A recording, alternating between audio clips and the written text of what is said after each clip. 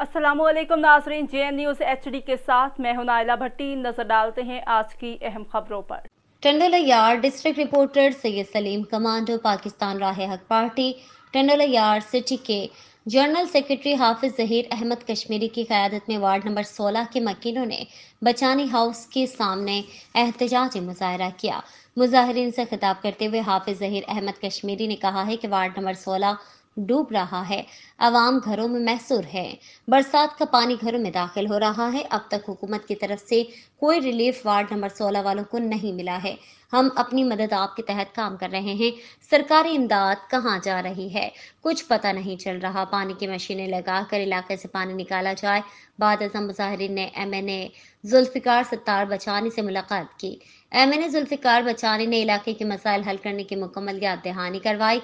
इस मौके पर इरफान अब्बासी, इरफान कश्मीरी, मुज़म्मिल कश्मीरी, मोहम्मद ताहिर मेव और तालिब जोइयो समेत वार्ड नंबर 16 के मकीनों की बड़ी तादाद मौजूद थी।